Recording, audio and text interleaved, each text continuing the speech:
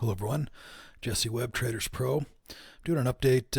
This update's Sunday night, just so we can discuss a few things before the market opens tomorrow, and we can have a little preparation. We've got a little excitement going on with Silicon Valley Bank failure and what the Fed is going to do or not do, and if we're going to be dealing with any type of contagion as far as bank runs and risk like that. Not that we can give any kind of insight on that, but let's talk about what the markets are doing currently. One of the things that we talked about last week on this sentiment report is this oversold location. We'll come back to this chart, but on directional alerts, one of the things that we've talked about that has been an interesting point that typically doesn't happen in a downturn is the sentiment being so high for so long. Typically that happens in a bull market. So in a bear market, this is one of the indicators that's had us a little bit concerned, a little bit cautious, and we should see, because typically markets do not bottom when it's this high. So the question is, was this the bottom back here, or this the bottom, or are we going to have a continued downturn here and get a little bit more negative sentiment before we actually get a bottom? And that's starting to unfold that way, because we just saw some real acceleration. We really saw some wholesale selling, and we may continue to see that going into this week. We are seeing momentum indicators reversing all the way back down now, so we are approaching this lower extreme, but that doesn't necessarily mean that that it just snaps back from here. Sometimes it can start to go extreme, and it can even be even more extreme. So I'd be cautious over the next couple of days, and definitely be raising cash levels, not deploying anything new at these levels. And we're also seeing breadth that's also weakening. Now, the reason why these bars are green right here is because they are approaching a location that is an unsustainable location.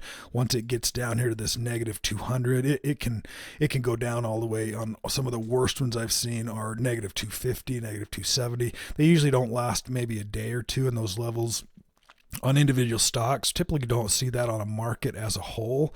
So we're at that location where we're trending this direction, but we are now looking for some kind of a possible bounce right here, or at least proof that it's going to start to hold. I would wait for that. I would wait for good solid confirmation and be trading either ultra conservatively or aggressively bearish at these locations. We saw a pretty quick slide on the Dow on the S&P 500, really across all indices the last few days. Let's look at that chart, because one of the charts we looked at the other day was the buy-sell ratio. We're seeing that spike pretty heavily now. So we could see, this definitely could be some acceleration, but we're up in that range now where we may see that contrarian type perspective where markets are really starting to unwind, and they really need some certainty on this banking thing coming out tomorrow. So I'd be watching for that. If you see a sell-off and then some confidence coming back into the market and we get a bounce back up, that could provide some support here at these levels. If not, we could see some real panic selling at these levels, and it could be kind of ugly right here. So here's the chart pattern on S&P 500. Let's go into that 6-month time frame, because one of the real solid levels, we had this real solid uptrend that we really broke and then counter trend back up, and now we're seeing that move back down. And typically the length, if we are going to see some support, the length of this counter trend and the length of this move typically are equal, and we're getting fairly close to that. But we really don't have any major support until right here around 375 on S&P 500. So we could see some continued selling tomorrow. That'd be 3 real sharp sell-off days, and that's probably going to push us into that lower extreme, and probably going to push us to a sentiment extreme as well. It doesn't necessarily mean that we should be buying at those locations, but it does mean that we may see some kind of a pop, a relief rally. but we may not as well. It may, we may see something like this where we saw, this could easily be the early phases, something like this, a day or two in to this move where we saw that first move back, we popped back up. So we went here, and this is what these bear market rallies, that's why they're so frustrating, is because we get this initial trend, it pulls us back in, we end up getting our caution, and then we end up getting our new trend back down the other direction. So that's kind of where we're at on this, and to see if we're going to be sitting right around here, if we have this support, and if we continue to slide. That would be what I would anticipate based on the news and based on the current price activity, is probably some ugliness for the next little while. So I would definitely keep the powder dry, so to speak, in terms of raising cash levels and not being too fancy when it comes to trying to redeploy capital at these levels. If we go back to the sentiment again, I'm keeping on that one. This can go, it's at 13 right here, but it can go all the way to 0 on this indicator. This is -7. Let me squeeze that in a little bit to go to 3 years and see, let's see if we can get back COVID lows. We're clear back here. Let's go to 5 years and see. So you can kind of see where some of those lower levels can actually get. That was 2022. This was COVID back here. So we definitely did get down into some of these well below that green line, and I would anticipate we're going to get there just with the aggressiveness of this selling. And when there's fear, there's additional fear and panic when it comes to banking and kind of systematic type issues, then just be very cautious right here, and let the dust settle a little bit before we start to look back in. One of the other things that we start to see is our new buy list. We've got, that's it right there. We're all the way down to ranks of 29.57. There's nothing that is popping up that is looking really, really attractive in terms of jumping into positive trends. You're seeing even oil, you're seeing a lot of stocks that are just, again, wholesale liquidation, where it's the baby with the bathwater, so to speak. Everything's getting thrown out in the last day or two with this selling.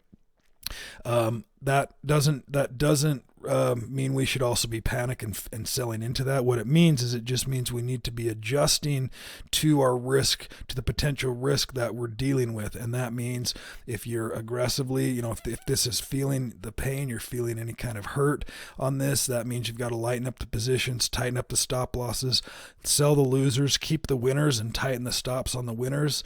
And again, if that is your strategy, if you're a longer term buy and holder and willing to ride out any of this, and that's a different strategy, it's a different mentality than we're focusing on here in our methodology and strategy. So I'll do another video in the morning and kind of see what kind of news we're getting and updates on that. And if you can't ever find these videos, if you go out, typically we do an email that goes out, but if you go to the articles page and the articles site, then this drop down to Stock Market Today, that's where you usually find those, and I'll post those, and then they'll be my most recent video will be on there, on that location right there. Also, for those of you that are signed up, if you go into the Learning Center, and then under the Learning Center, I've got daily market updates, which are popping up right here. So a couple of locations you can access those. If for some reason you're not finding these videos on either on YouTube or on